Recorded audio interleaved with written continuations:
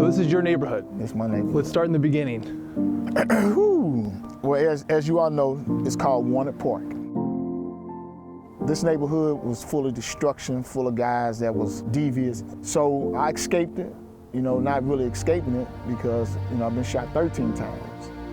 By me getting shot up and by my change, I grabbed a lot more guys. They look at me like, man, if you can change, I can change.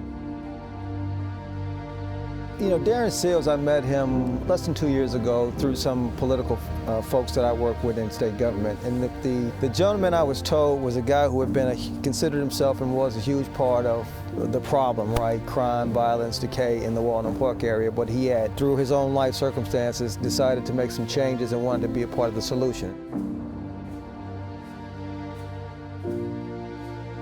Really the hero in the story is a guy named Darren Seal. He grew up in the neighborhood. He's gone through the cycle of gangs, selling drugs, and at a certain point in life, he said, this is an opportunity for me. I have a different calling, and his goal is to create hope in this neighborhood.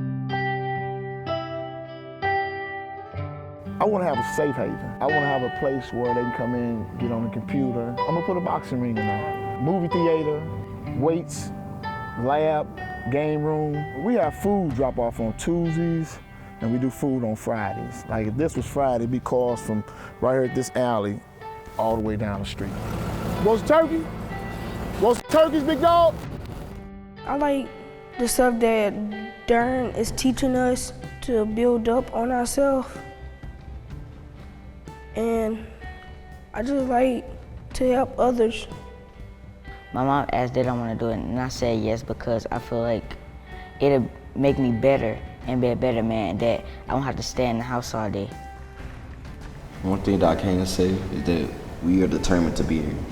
We are determined to push ourselves forward. If we wasn't determined to push ourselves forward, we all wouldn't be here.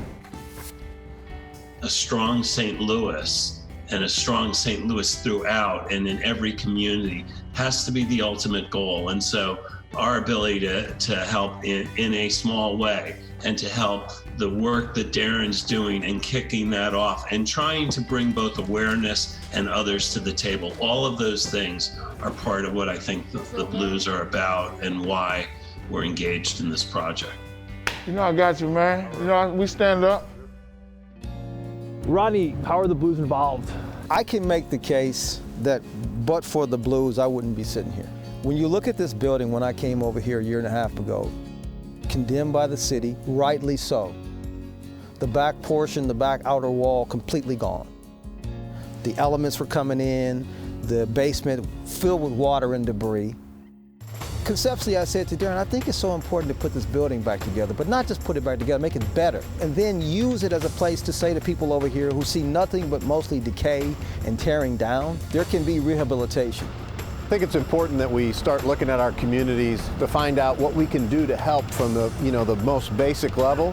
And for me, it's because I rode my bike up and down this sidewalk, 50 years ago, and this is where home was. And I'd love to see folks like Darren continue their mission with the message of hope. That's what people really want to know, that there's somebody out there that loves them and wants to help them. And I think it's really important for us to be able to come back to the neighborhoods we're from and try to demonstrate that.